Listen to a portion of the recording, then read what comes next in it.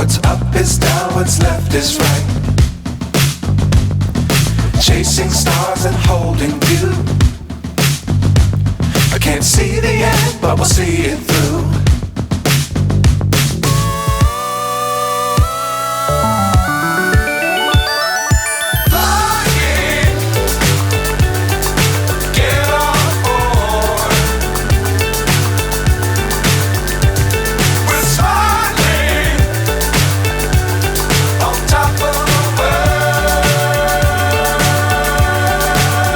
So India overall has 10 crore plus retail businesses. 10 crore people have retail businesses in the country, but out of that, only 4% of them have a store more than even 500 square feet, which means that most of them for several years have remained small. Our country's retail segment is dominated by global brands, American brands, some Japanese brands, and I think it's now time for us as a country to not just consume many of these global brands but to create them from India in line with Modi ji's Make in India strategy. We also believe that India has the potential to make brands in India, not just products in India. Make brands in India and make that globally outstanding brands that when we travel, we see these Indian brands, we walk into these Indian stores and feel proud about them. Our book, 20 Game-Changing Retail Strategies, is a step in that direction. It presents 20 actionable strategies which any retail business owner can quickly read and apply to his business in order to grow the business from being single store to multi-store, or from being 10 stores to 100 stores over the next few years. Thank you. One of our media friend asked a question saying every business is different in itself, like every retail store is different in itself. So how this book solves that particular problem? Like Swetha has mentioned, we have written as a step to encourage retailers to grow beyond what they are doing now, and we have taken the common problems that every retailer is facing, and we wanted to give a starting solution so that they can implement immediately and they can take the step of growth forward. So this is what the intention of the book, and the book has everything written in a simple practical manner. It can be implemented by a person having a single store also.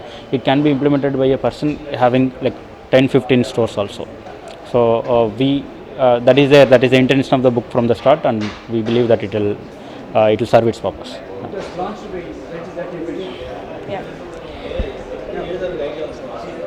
Sir, this idea of writing this book has been first proposed by Swetha, and it has come from our clients. Like when we speak with one client after another client and another client, we see there is a common thread. Everybody is facing the same problems, and we have solved those problems. Okay, and we wanted to share this knowledge. It's not like every person has to come to us as a client, then only we solve that problem. We wanted to make it open to the public. Okay, so that anybody who wants to enter into a retail industry or who has a store already and wants to grow can make use of this knowledge that we have built over 35 years. So this has taken a fair share of time, sir. It has taken, I think, about 4 to 5 months it has taken to compile and finalize everything. Yeah. So the book, today we are happy to have had Justice K Chandru, retired judge of the Madras High Court, and Mr. Pratik, Shah, founder and CEO of Specsmakers Opticians, be with us to launch the book today. It's available on Amazon and Flipkart as well as on the publisher's website.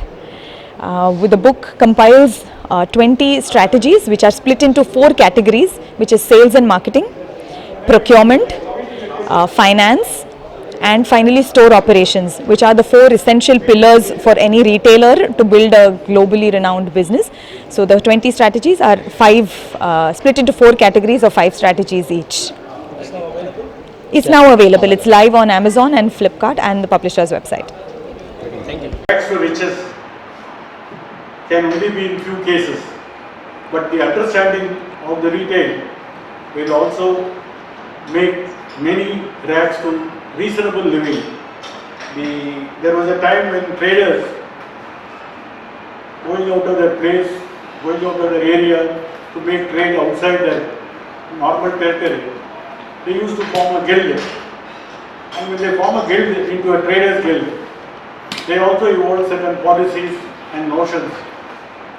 We have always heard that honesty is a virtue, but the 16th century traders made for the first time honesty as the best policy. Virtue is a way of life, policy is a way of dealing with the public, and therefore they felt it is the 16th century, the saying underwent a change where honesty became the best policy. Now when they make a guild and do business outside their area, they also become a powerful guild representation. Each group will also be represented in the legislative making bodies. When India made a constitution, they also borrowed some few provisions from Ireland constitution. We also have some provision, but there is no actual representation to traders. The representation now given to local bodies, teachers and graduates. But the guild representation was a borrowing from the Irish constitution. In some way, the retail is something which is the foundation of any business. I could remember my own aunt. She was a childhood widow, and then in order to make a very living self-respect, she started dairying. She had never been to school. She never had a formal education. But then to carry on certain retail vending became important for her. So the dairying became very important to her.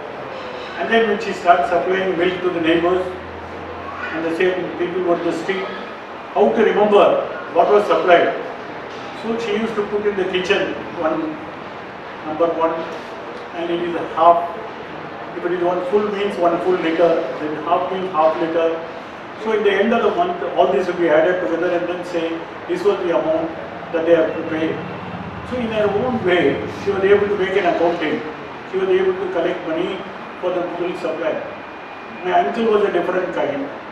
He learned carpentry in a railway workshop. He started carpentry as a passion. Only when you make surplus, you have some profit. But when you make for fashion, there is no profit.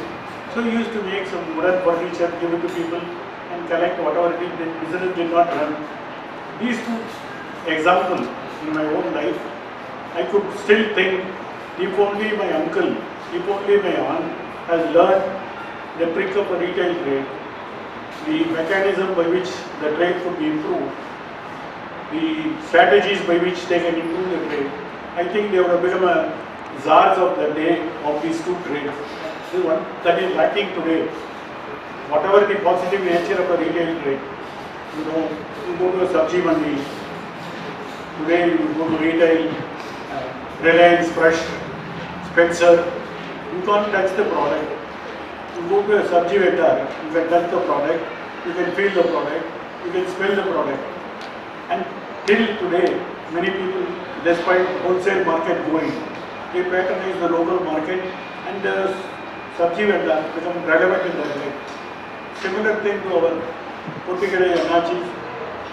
They allow you flexible credit. They also have kind words.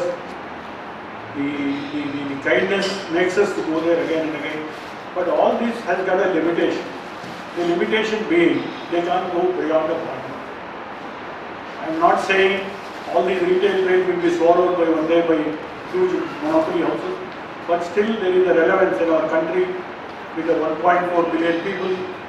The entire competition from China makes the Western countries to come to this country because there is a potential market. But the market is not swallowed by the wholesalers. Still is I got to pay for the retail. But what is required today is certain amount of mechanism by which you can improve the trade. In fact, she was asking me, you speak me about my book.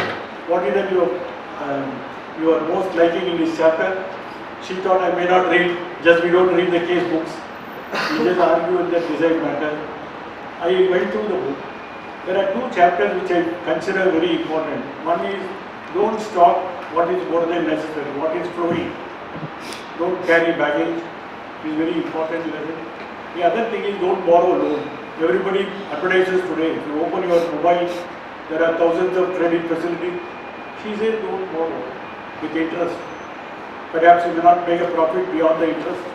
And therefore these are the cautions which you require to the retail market. To the retail market to survive, you need to have some strategy. I am sure Swetha Kochar and her book will also give the strategy. The only thing is they may not know English, so we need to teach in our own language to speak to them. More of the retail.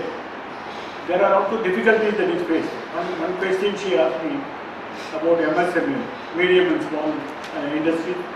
I remember in 2010 when I was a judge, there was a challenge to the Act. The Act provides for arbitration and facilitation counsel for getting back the credits. And most of the industry today, the small or the medium, they suffer because their credit facilities are not enough and the money which goes as a supply never comes back. So there is a huge litigation. We are talking about 400-year litigation, which is true. Today the court will have to solve the litigation today take 400 years. Who will wait for 400 years for a small credit? So the arbitration under the MSME Act, I have applied the provisions of the Act for the first time in India, that my own